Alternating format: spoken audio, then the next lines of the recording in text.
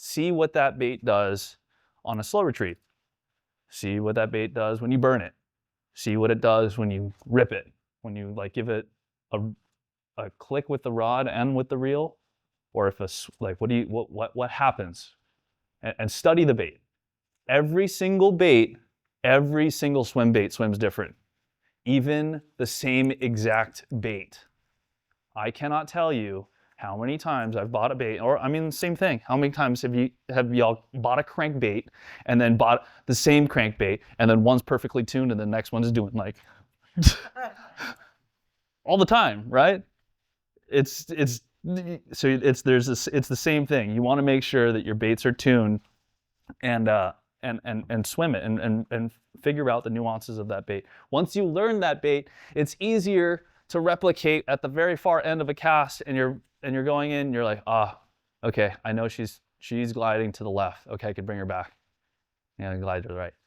Those little things you can do with practice, and you can pick up. So now I can cast this bait out in particular. I can cast it, and just through my retrieve, I can tell you which way that bait is swimming, just by watching the line. I don't have to have scope on it. I can just watch the line. Okay, yeah, it made one. Once it clicks out to the left, I can close my eyes. I can be like, okay, I want it to go to the right a little bit more. Half, whoop, whoop.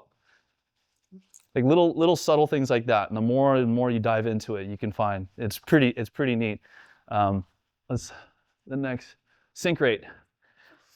So sink rate's important because you don't want a bait that's going to sink too fast. You don't want a bait that doesn't sink at all, especially during this time of year. You want to be able to get down to them. Unless there's a trout stock or something like that, where the trout are very active in, I'm super organized, guys, super organized. But if you notice, I have a bunch of stickers on my baits. I'll give you, I'm not sponsored by this company, but it's something that I think everyone should have for just modifications in general. Zappu board weights. If you don't know them, Z-A-P-P-U, Zappu. And they come in all different types of grams. I think they start in like 0.02 all the way up to like 0.6 gram or something like that. Great modification and great way to adjust the sink rate of your bait. Bless you. This one I have a few on it. This is a high float. This is the Clash 9. So this is the Tiny Clash's bigger brother. This is a 9-inch bait, and still, I would almost consider this still a tournament glide for myself. When I know that there's big gizzards around, she's tied on, she's on the deck. Maybe not getting thrown all day, but during certain circumstances. So like, let's say if I'm not able to turn or get the attention of that bigger bass, and I throw a smaller glide next to it, and it's like kind of comes out and looks at it, and then goes back.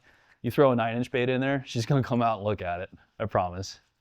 And the more you see it with the scope, you'll be like, oh, okay, Matty wasn't right, or Matty wasn't wrong. They actually come out and look at it. You'll pull the whole school in with you. This should be like a 301 class when it comes to glide bait fishing, but I get in some crazy stuff that I learned from this uncle in California. This guy's name is Butch Brown, and he's like a revolutionary swim bait fisherman and whatnot. He dives into stuff where it gets crazy, and I learned a lot about pulling fish from certain cover to certain cover. So like you cast over here and you see them like all on this, let's say that they're on this rock pile over here, but there's an isolated tree over here. Just by the positioning of your boat or kayak or whatever, you can pull that fish off of that brush pile and pull them over to that isolated stump that you want them to set up on, and then reposition the boat quickly and then catch them off that stump.